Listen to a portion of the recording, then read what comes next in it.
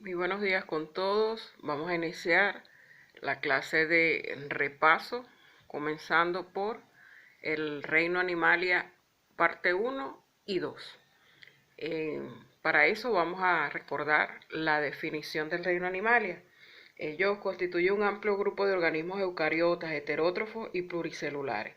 Se caracterizan por su capacidad para la locomoción, por la ausencia de clorofila y de pared en sus células, y por su desarrollo embrionario que atraviesa una fase de blástula y determina un plan corporal fijo, aunque muchas especies pueden sufrir posteriormente metamorfosis. Vamos a hablar entonces de la fila. Sabemos que la fila o el filum actualmente se han reportado 35 filum diferentes de animales, de los cuales solamente 11 son los más conocidos. Los más importantes a considerar son los poríferos, que son las esponjas de mar. Son únicos que han desarrollado tejido. Por eso son denominados parazoos.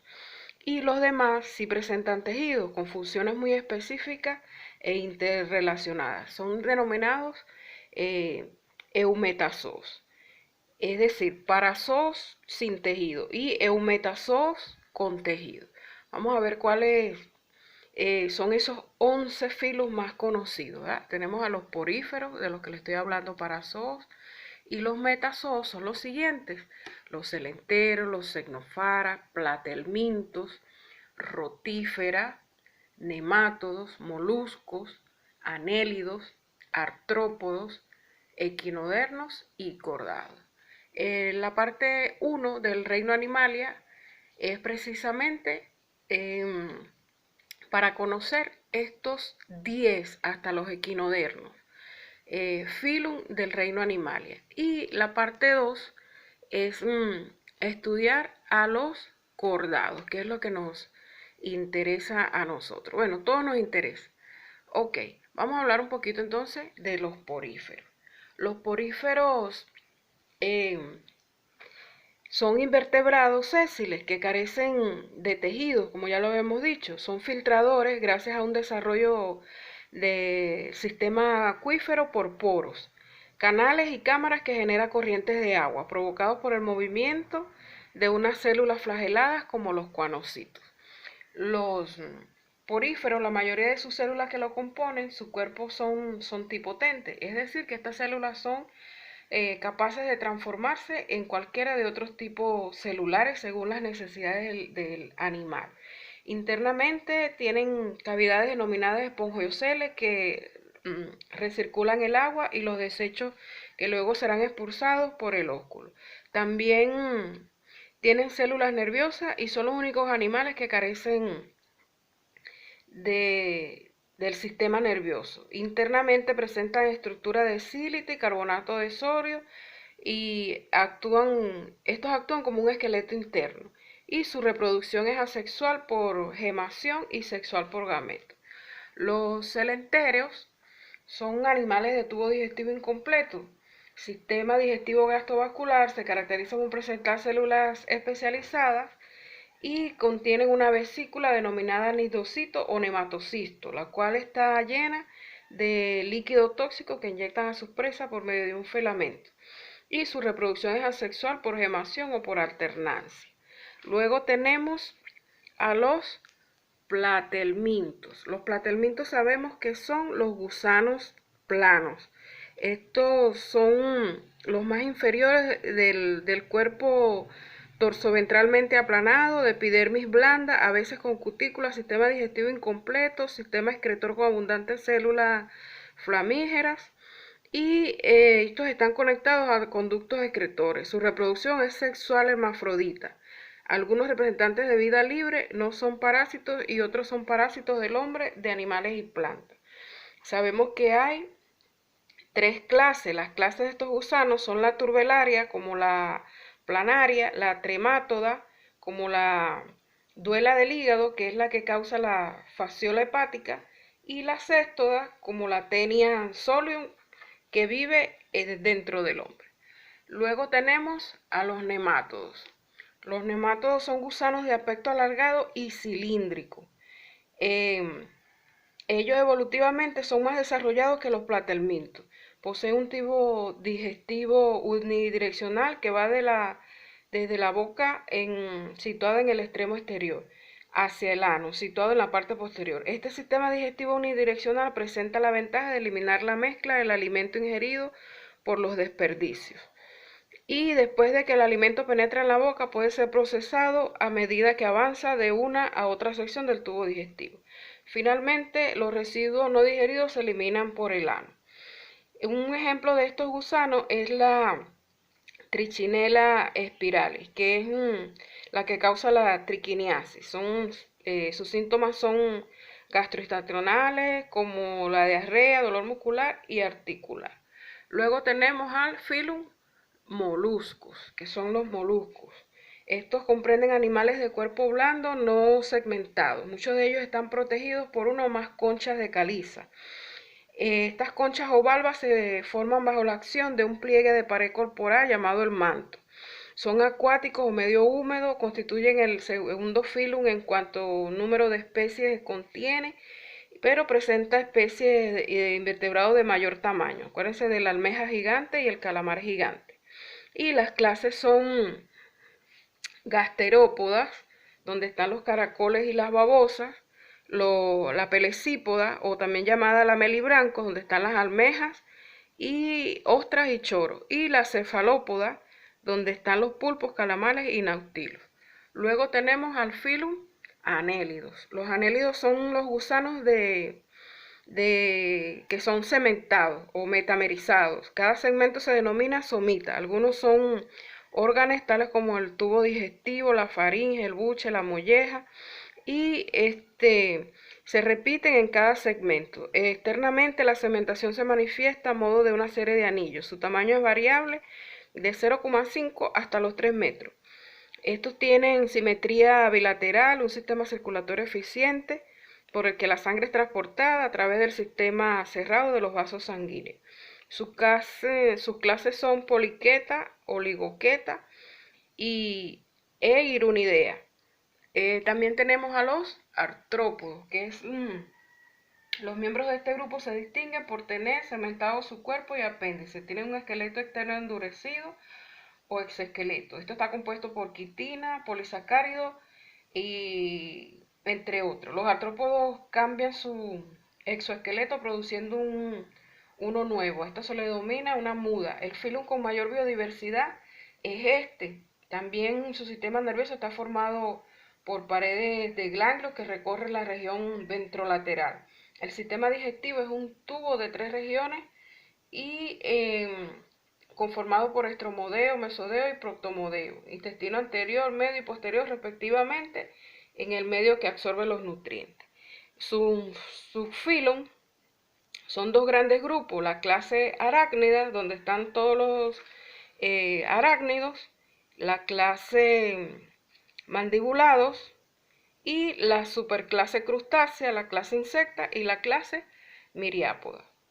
Luego tenemos a los equinodernos. Los equinodernos, su nombre alude a su uso exclusivo de esqueleto interno formado por osículos calcáreos. Poseen simetría pentarradial secundaria, caso único en el reino animal, y su sistema vascular acuífero es característica del sistema que consta de conductos y reservorios llenos de líquido que intervienen en el transporte interno y que acciona hidráulicamente. El sistema vascular acuífero se abre al exterior a través de madreporito o placa madrepórica. Un ejemplo de esto son las estrellas de mar, pepino de mar, erizo de mar, entre otros. Luego llegamos al capítulo 2 para estudiar a los cordados. Los cordados, acuérdese que su definición puede definirse fácilmente por 3 rasgos principales. Ellos tienen un cordón nervioso dorsal, en el cual en los mamíferos forma el cerebro y la espina dorsal. También presentan un cilindro cartilaginoso llamado notocorda, que está situado en posición dorsal respecto al intestino del embrión. Y presenta hendiduras branquiales en la faringe durante algún estado de su ciclo vital. Vamos a ver la clasificación. Ellos se clasifican en 3 grandes subfilum. los cefalocordados, los tunicados y los vertebrados. Entre los cefalocordados tenemos a los anfioxos. Estos son acráneos acuáticos de cuerpos pisiformes sin escamas, y la notocorda perdura todo el ciclo vital. El subfilum tunicado, tenemos como ejemplo la ascidia, que solo la larva presenta notocorda. Los adultos son animales marinos sésiles cubiertos por túnica celulosa. Y el subfilum vertebrado, ¿verdad? La notocorda es reemplazada por la columna vertebral, y los vertebrados se agrupan en las siguientes clases. La primera que tenemos es la subclase Piscis. Esta se subdivide en la clase agnata, clase condrictios y clase octeicios. La clase agnata son ciclostomatas sin mandíbulas ni extremidades, sin escama, boca redonda como la ventosa y un esqueleto cartilaginoso. Un ejemplo de las agnatas son las lampreas. Luego tenemos a la clase condrictios. Estos son los peces cartilaginosos. Y a la clase octeísteos, que son los peces con endoesqueleto óseo. Luego tenemos a la superclase tetrápoda. En esta tenemos a los anfibios, los reptiles, las aves y los mamíferos. Los anfibios evolucionaron a partir de peces semejantes al celacanto. Los anfibios actuales poseen piel sin escamas y un gran número de glándulas venenosas. Son ovíparos de fecundación externa, poseen un corazón de 3 cámaras, 2 aurículas. Un ejemplo de esto son los sapos, las ranas, tritones y cecilias. En la clase reptiles, ellos descienden de los anfibios estegocéfalos. Son los antiguos reptiles con escamas. Tienen una piel seca recubierta de escamas, ovíparos de fecundación interna, se desarrollan a partir de un huevo. Tienen dientes iguales. Los reptiles poseen pulmones que están adaptados al medio terrestre. Un ejemplo de esto son tortugas, tuátaras, saurios, ofidios, cocodrilos y caimanes. Y las aves son los descendientes de un grupo de reptiles, el cual pertenece también a los dinosaurios. Sus extremidades anteriores están modificadas como ala, poseen una piel escamosa con pluma y pico carente de dientes. Ellos pueden regular alternamente su temperatura, por lo tanto son homeotermos, ovíparos de fecundación interna, presenta un alto grado de socialización, su esqueleto es aligerado y su sistema pulmonar anexado a 9 sacos aéreos. Estos son los que le permiten aprovechar el total del aire inhalado. Y los transforma el grupo único de vertebrados realmente adaptados al medio aéreo. En la clase de los mamíferos, estos son descendientes de los reptiles sinápsidos. Se le conoce técnicamente por poseer un hueso en la mandíbula, es decir, tienen dientes. Los mamíferos son homeotermos, algunas especies tienen una mayor capacidad de regulación térmica y al igual que las aves poseen un corazón de 4 cámaras y circulación doble completa. La piel de la mayoría está cubierta por pelo y producen leche como alimento para la cría. El huevo fertilizado se desarrolla en el interior de la hembra y en la mayoría de las especies hay una placenta que alimenta al embrión. Sus dientes son complejos, bien diferenciados y presentan en su mayoría músculos faciales y un alto desarrollo social con un complejo sistema nervioso. Sus subclases son Prototeria, Monotrema, Metateria, Marsupiales, Euteria, entre otros. Luego vamos a hablar de las vitaminas y las enfermedades. Sabemos entonces que las vitaminas se clasifican en hidrosolubles y liposolubles. Las hidrosolubles son complejo B y vitamina C. Y las liposolubles son las vitaminas A, D, K y E. Luego vamos a hablar un poco de lo que significa o de lo que son las alteraciones vitamínicas. Estos son, o que sabemos que los seres vivos necesitan ciertas cantidades diarias de cada vitamina, y cualquier alteración de estos límites revierte en trastornos de los procesos metabólicos, y estos trastornos pueden derivar en 3 tipos de alteraciones. Esas alteraciones son avitaminosis, hipoavitaminosis e hiperavitaminosis. La avitaminosis es carencia total de la vitamina. La hipoavitaminosis es carencia parcial de la vitamina. Y la hipervitaminosis es el exceso de la vitamina. Luego tenemos lo que son las enfermedades. Estas enfermedades, nosotros usamos una terminología básica, pudiendo saber lo que es un huésped, agente, reservorio, vector, modo de transmisión y la clasificación según su propagación. Sabemos entonces que un huésped es todo organismo viviente capaz de albergar a un agente causal de enfermedad. Ejemplo, el ser humano, el animal o las plantas. Los agentes son cualquier sustancia viva o inanimada cuya ausencia o presencia es la causa inmediata o próxima de una enfermedad. Por ejemplo, una bacteria, hongo, virus, protozoario. El reservorio, humano, animales, plantas, suelo o materia orgánica inanimada en el cual un agente infeccioso vive y se multiplica. El modo de transmisión son mecanismos por los cuales un agente infeccioso es transportado del reservorio al huésped. Un vector puede ser un insecto o cualquier portador vivo que transporta un agente infeccioso desde un individuo infectado a otro individuo susceptible. Los vectores pueden ser mecánicos o biológicos. En la clasificación, según su propagación, las enfermedades pueden ser una epidemia, transformarse en pandemia o una endemia. La epidemia es la propagación o la aparición en una comunidad o región de casos de una enfermedad o grupo de enfermedades de naturaleza similar. Y la endemia es la condición por la cual una enfermedad se mantiene más o menos estacionaria a través de los años.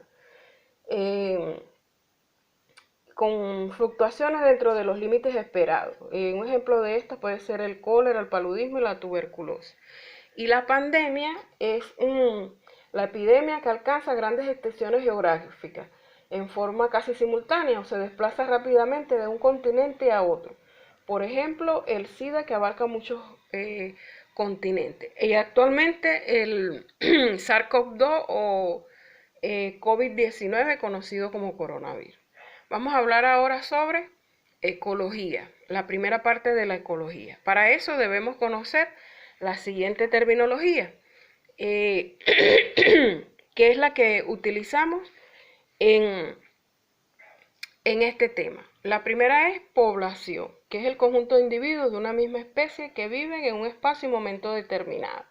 Un ejemplo de población puede ser peces de la especie de Colosoma, que ellos están en el río Amazonas. La comunidad es el conjunto de poblaciones de plantas y animales que viven también en un momento y un espacio determinado. El ecosistema, que es considerado como la unidad de la ecología, relación ambiente y puede tener dimensión variable. Luego tenemos al ecotono. El ecotono es el punto de convergencia entre dos ecosistemas y se da la mayor biodiversidad. El nicho ecológico es la función natural de la especie en el ecosistema. El hábitat es el lugar donde vive un organismo o una especie. El biotopo es el espacio físico, suelo, temperatura, presión, entre otros, donde viven varias especies. Y la biota es un conjunto de plantas y animales que viven en un territorio. Luego tenemos el bioma. El bioma es el conjunto de comunidades bióticas, las floras y las faunas que existen en un territorio. Luego tenemos a la biomasa, se refiere a la materia orgánica generada por los seres vivos. Y la biosfera etimológicamente significa esfera de la vida. Dentro de la concepción moderna se considera que es nuestro planeta. Y por último, a la ecósfera, que esta se puede definir como la suma total de todos los ecosistemas de la Tierra. Y incluye, por lo tanto, la biosfera y los factores físicos con los que se interrelaciona. Vamos a hablar un poco sobre los factores ecológicos. Sabemos que los factores ecológicos son los factores abióticos y los factores bióticos. Los abióticos son los climáticos, los edáficos y los hidrográficos. Los climáticos son los que dependen del clima, como la temperatura, la presión, la luz, la humedad, entre otros. Los edáficos son los que pueden o provienen tienen que ver con el suelo. Estos pueden ser físicos, químicos o biológicos. Dentro de los físicos tenemos la textura, la estructura, los químicos es el pH, la salinidad, y los biológicos son las materias orgánicas. Cuando nos referimos a los hidrográficos nos estamos refiriendo al agua. Sabemos que el agua es uno de los componentes más abundantes en la biosfera, esencial para la vida. Y los factores bióticos los vamos a clasificar en intraespecíficos e interespecíficos. Los intraespecíficos comprenden a los individuos de una misma especie y es decir, estos resultan de la interacción entre estos mismos individuos.